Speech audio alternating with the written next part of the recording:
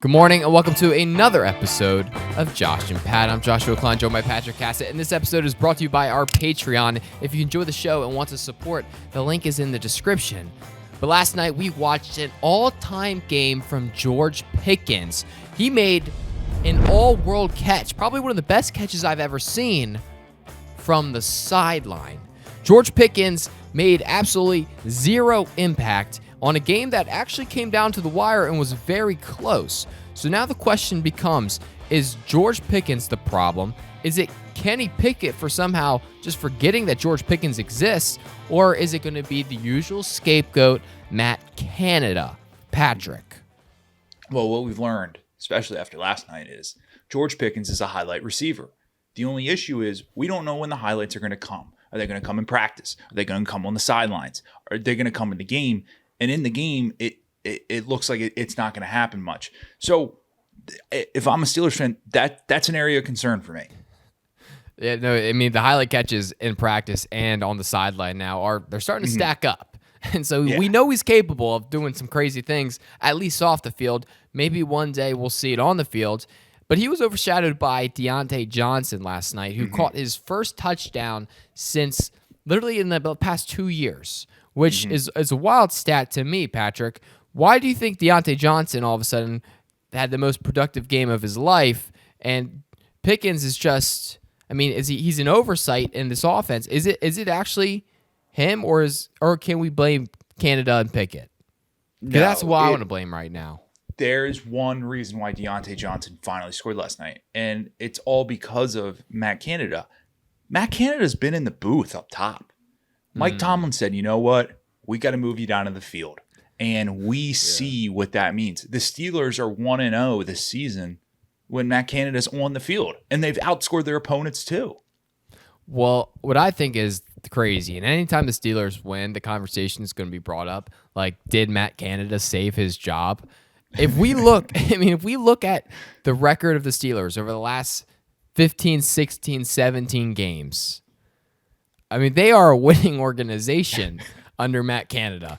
And so I know it's probably not been the prettiest wins, but like, can you really get rid of a guy who, again, has led his team and has been at least a part of a team that's won significantly over 500% of their games?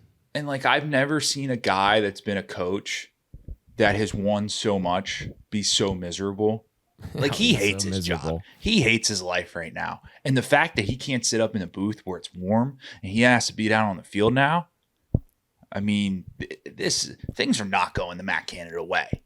No, but I'll tell you what, Kenny Pickett has to be ecstatic of how things turned out for him last night, because the conversation was going to be this morning that Kenny Pickett was outperformed by Will Levis.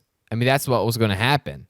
And so and now all of a sudden we have a completely different narrative. It's that, Will Levis throws the game-sealing interception, and I guess that's it.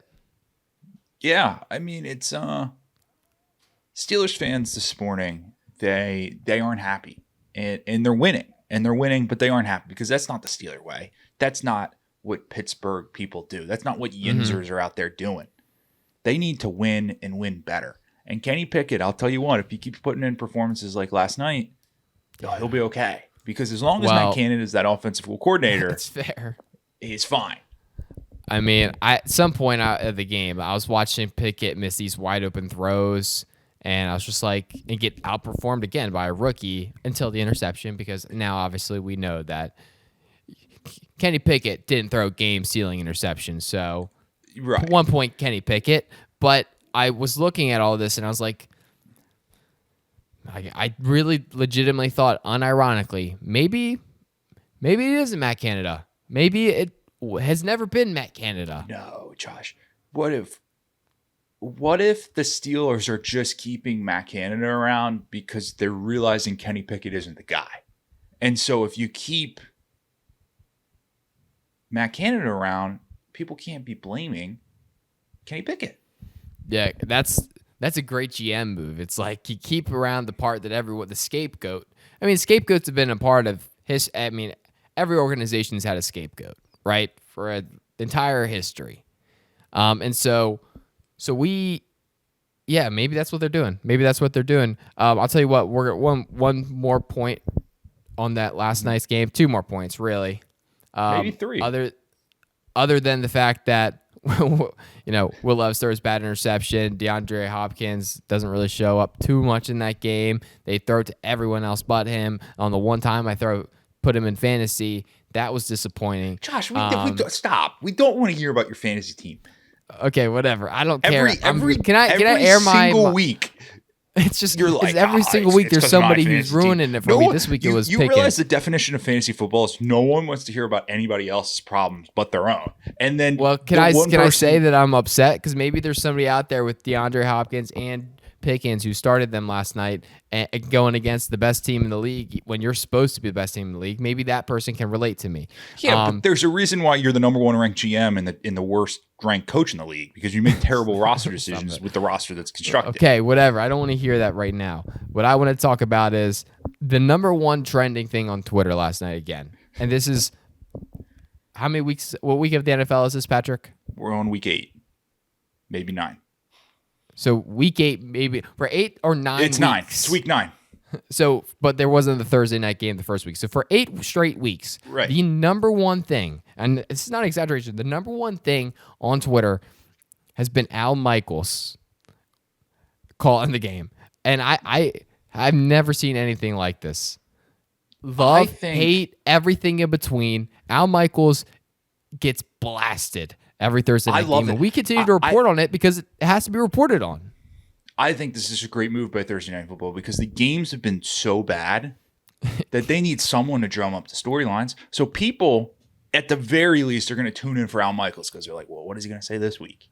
And what is he maybe not going to get excited for this week? Yeah. And you know what? We can find out because maybe the product on the field is not good. We can just listen to Al Michaels all the time.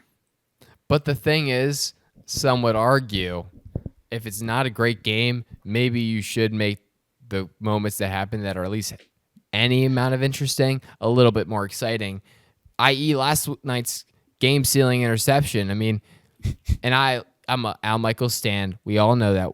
We're pro Al Michaels show.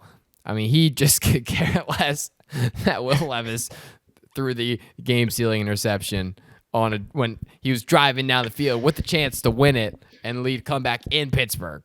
Do you think he's in on the joke now? Where he's just like, I'm actually just going to make this like the worst calls of all time. Like he just doesn't care at all. He's like, dude, I've been doing this forever. I call it the miracle call. Like, yeah, I can do whatever I want now. Career's done. Mm-hmm. Like I'm here because I want to be here, not because I have to be here.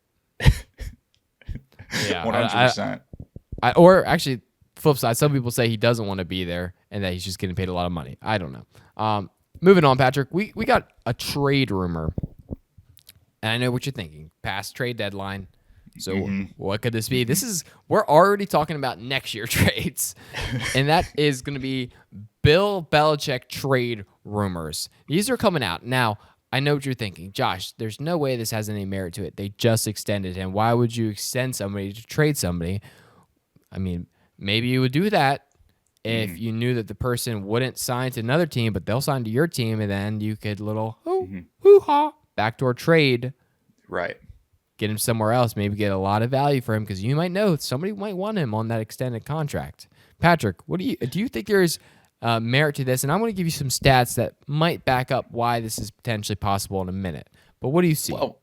Well, and we know that, Pro Football Talk, Mike Florio, just an esteemed journalist, he's never been wrong. So he brought this to people's attention, which is good. So I love the move because it's clear that the Commanders, they're trying to get rid of Rathbone Ron. And the Commanders is the destination. And the Commanders are the destination. So if you get rid of Rathbone Ron, I mean, you bring in a guy on the contract extension because you gotta remember that they traded away Montez Sweat and Chase Young, so you have the extra money on the books to go out and get a quality coach. So, I mean, the endless possibilities are there. No, they're 100%, Patrick. So there's been, very few trades in the history of coaching. Very few trades. Most recently, we did see a Sean Payton trade which, anytime that a coach gets traded is exciting. But out of the very few teams that have ever traded a coach, 2 times, 2 of the teams was the Patriots. And so What is that? what I don't so we know they are potentially open to trading coaches. They've done it 2 times. Bill Belichick was traded for. Sorry, traded. So they this traded was just- away coach once in 1997. They traded for coach in 2000. So that's 2 times that they were involved in coach trades. And so maybe we see a third here, Patrick. That would be pretty electric because I don't think he's potentially the guy to turn the program around. But the question is, Patrick, are they trading for Coach Belichick or GM Belichick? I think they're probably going to go with Coach Belichick here with a little bit of insight. But if you're trading for Coach Belichick, you're bringing his boys with him. So you're bringing in Matt Patricia. You're bringing back Josh McDaniels. Oh, he's coming back. Bill for O'Brien's sure. coming. Don't forget about Steve over there on the sideline, Steve Belichick coming in. And you're probably going to bring in a couple guys that are in the Premier Lacrosse League. And you add them to the staff. I mean, that's an all-time staff. Yeah, I mean, and if you think about where Washington is in the DMV area, a lot of good lax players there. There's a lot. I mean, if there was ever a place where Bill Belichick would dream of going, could you imagine how many games he would attend? He probably has a cottage there on like the weekends, like during the off season. Spends his time there already. That's what I'm thinking. He's probably in the DMV high school areas, really checking up the high school kids, being like, "Hey, like, you got a chance, and if lacrosse doesn't work out for you, like, I can make you a slot receiver." I think at this point, Patriots fans would take anything. I just think that they wanted a fresh start is what they might want. Speaking of fresh start, there's a quarterback, Patrick, who he's kind of had a little. He was at one point the most winningest quarterback of all time. Had definitely there like a 3-week kind of hiatus where things didn't really go his way, and he went from never losing to actually losing 3 in a row, which is pretty wild. But Brock Purdy, he took the bye week and he said, "I'm going to go back to my roots." He's on the combine harvester. He's harvesting corn, and you see other players in the league do the virtual farming. We've seen that. Well, today we saw a player actually do real life farming. Patrick, why do you think Brock Purdy hopped back on the combine harvester? And do you think it's going to impact his play on Sunday? Well, I got to think that Brock Purdy, I mean, let's remember, he's not on a high contract here. He's actually living with a roommate still because we know the prices in San Francisco, Santa Clara, they're not cheap. So him getting paid a couple $100,000, I mean, some are saying maybe that's just the minimum wage there. And so Brock Purdy on his bye week, he's going, well, I got to freelance. I got to go make some money somewhere. So he's probably just trying to make a couple extra bucks on the bye week just to get through the season. Yeah, it's a big freelance situation. Make a couple extra dollars, be a farmhand. I mean, we don't even know if that was like his family's farm. That could just be like some random guy's farm, like his could be friend of a friend. He's probably on the call with his dad, like, "Hey, Dad, like, I'm not probably going to be able to make rent this week. I don't get the Sunday check this week with the bye.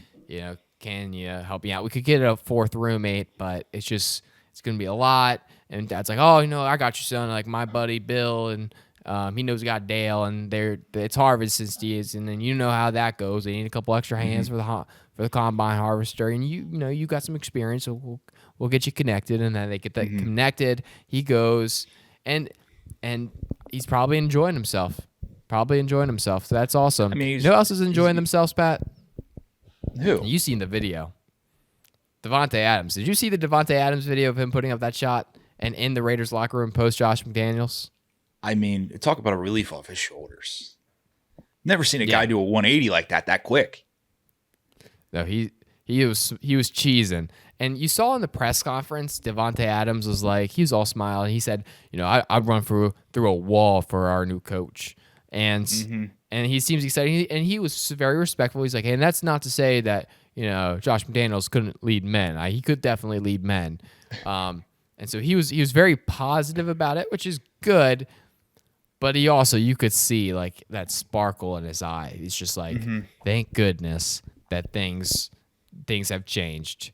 He's probably the happiest he's been since Derek Carr. Right. And it was one of those situations where it's like when you're dating a girlfriend, but it's just not the right time to break up with her. And then all of a sudden it's like, hey, I got this really good job opportunity in Seattle and I need to take it. And you're just like, you know what? You need to do what's best for you. And I hope that everything works out. And Devontae's sitting there like, yes, yes, yes.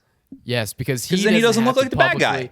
Exactly. He doesn't have to publicly go out and be like, Josh McDaniels stinks and try to get him fired. He already gets the boot, and he could play babyface and say, I love that guy. Like, really, I'm just really excited for whatever opportunity comes next, and whoever's the coach is going to be great.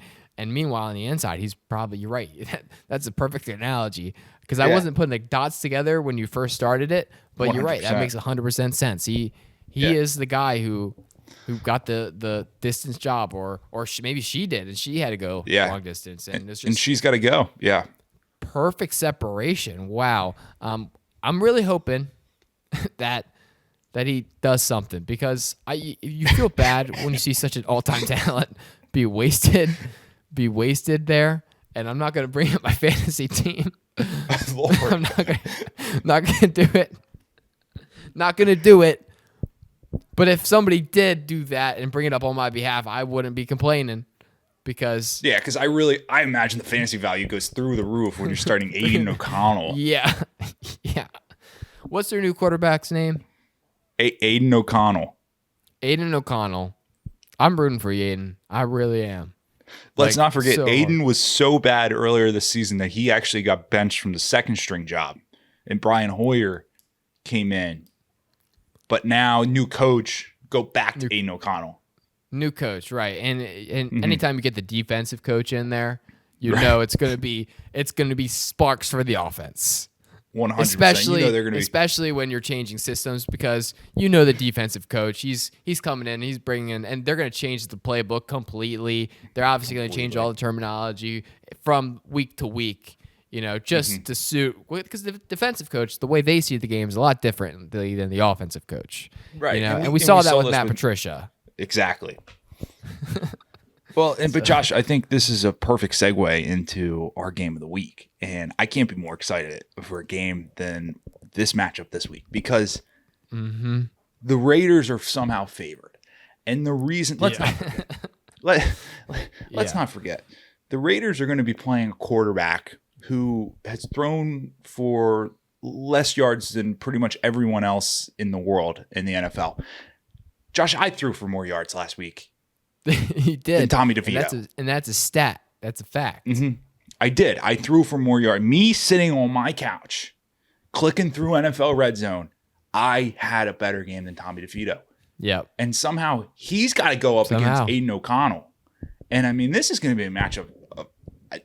This might be the best game we see all year. No, you're right, Patrick. The Raiders are favorites in a game where they just fired their coach, their GM, benched their starting quarterback, and put in a rookie quarterback was benched from the second string spot.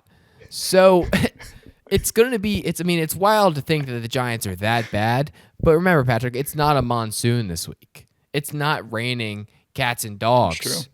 This is, to my knowledge, I don't know. We don't have a weather person around here. We don't.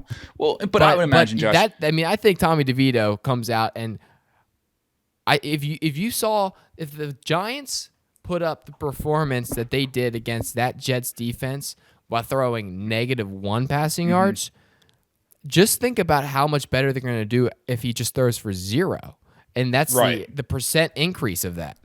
If he throws for 10 yards. What does that look like? If he throws for 20 yards, what does that look like? Don't even get me started here. Josh.